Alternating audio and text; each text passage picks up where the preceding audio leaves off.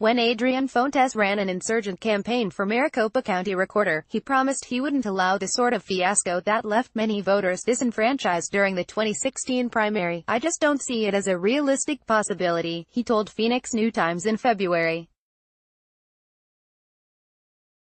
"So much for that. Problems during Tuesday's primary election disrupted voters' plans and possibly left some people without a chance to cast a ballot.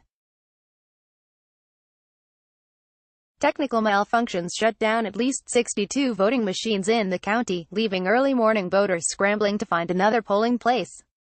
Whether it was part of the same problem, some voters waited more than an hour to cast their ballot after polls close at 7 p.m. The meltdown made national news. The effect of the problems on election results are unknown. Following multiple attempts to set up a phone interview, Fontes declined to comment. He is busy reassessing what happened yesterday and what is needed moving forward, a staffer said in a text message. The debacle seems poised to dog the county recorder for the next 2 years and potentially undermine his progressive vision for the office, which includes battling voter suppression and increasing turnout. Conservatives have been after Fontes since he won the election in 2016 and became the first Democrat to hold the seat in 50 years.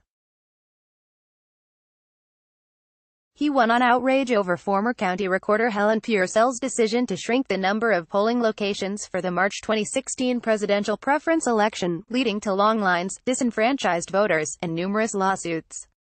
Fontes' opponents have tried to kick him out of office, chip away his powers, and have dubiously tied him to Democratic donor and right-wing boogeyman George Soros. Tuesday's failures are already proving to be rich material for Fontes' opponents. As election results rolled in, the Arizona GOP tweeted an ad juxtaposing footage of Fontes touting a penchant for managing resources with Fox News coverage of the primary day issues. Adrian Fontes vote no in 2020. The video concludes, attacks came from the left too.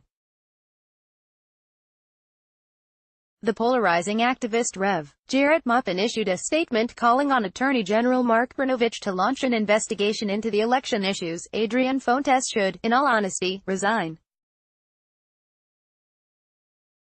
He railed against his last opponent over issues of voter disenfranchisement and he turned around and did worse. "That is unacceptable," Maupin said. Issues started popping up on the eve of primary day. Fontes told reporters on Tuesday morning that poll workers were slow to get voter validation equipment up and running. He blamed a Tempe-based company, Insight Enterprises, for the mishap, claiming that the company only provided 73 of the 103 technicians that they agreed upon in a August 6 contract to help set up voting machines. Insight disputes this claim, saying in a statement that it only agreed to provide 83 technicians and actually made 85 available on Monday. According to a copy of the contract between Maricopa County and Insight obtained by New Times, the company was to provide 93 technicians on the day before the primary, with 10 on standby. Around midday Tuesday, Republican Secretary of State Michelle Reagan, who later lost her own primary election, called for a court order to keep polls open an extra 2 hours. Fontes tried to make it happen, but he needed permission from the County Board of Supervisors to raise the question with a judge. The Republican-controlled board denied his request, citing concerns that seeking a court order to extend polls hours could confuse voters. In a statement that contained a whiff of politics, board chairman Steve Churchy blasted Fontes for the mishandling of the election despite his office receiving $3.9 million for new technology.